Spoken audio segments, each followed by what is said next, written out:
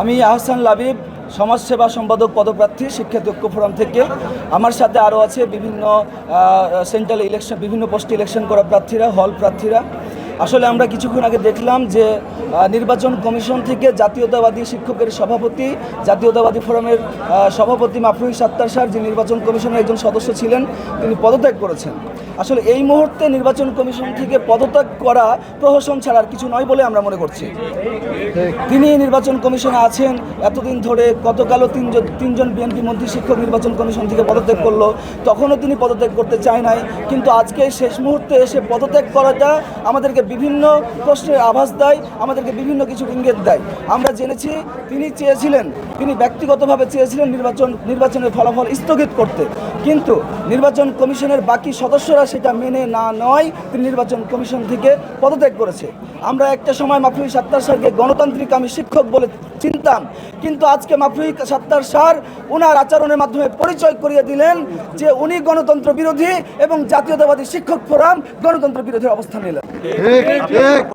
আমরা দেখছি যখন সুন্দর একটা ভোট গ্রহণ প্রক্রিয়ার মধ্য দিয়ে ভোটদান নির্বাচন অনুষ্ঠিত হয়েছে, এবং দুঃখের বিষয় যে আমরা ফলাফল পেতে দেরি করছি, বাট ভোট গ্রহণ প্রক্রিয়ায় কোনো অস্বচ্ছতা ছিল না, ভোট গ্রহণ প্রক্রিয়ায় কোনো বিতর্ক ছিল না। এবং যখন জাতীয়তাবাদী ছাত্রদল এবং বামপন্থী প্যানেলগুলো তাদের পরাজয় নিশ্চিত হলো, তখন তারা নির্বাচন বর্জন করলো। তারা নির্বাচন বর্জন করেছে বিভিন্ন অব্যবস্থাপনার কথা বলে, বিভিন্ন অব্যবস্থাপনার অভিযোগ দিয়ে।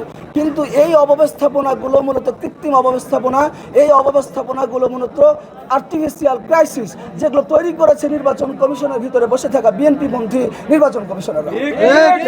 কারণ তারা চেয়েছিল সামহাও জাকসুকে আটকাতে, সামহাও নির্বাচন বানচাল করতে, এবং যখন নির্বাচন বানচাল হলো না তখন তারা পদত্যাগ করলো, যেটা লজ্জা। এবং তারা মেসেজ দিয়ে দিচ্ছে জাতীয়তাবাদী ছাত্রদল গণতন্ত্রের বিরুদ্ধে, তারা মেসেজ দিয়ে দিচ্ছে জাতীয়তাবাদী বিএনপি তার গণতন্ত্রের বিরুদ্ধে। এটা খুবই মেসেজ।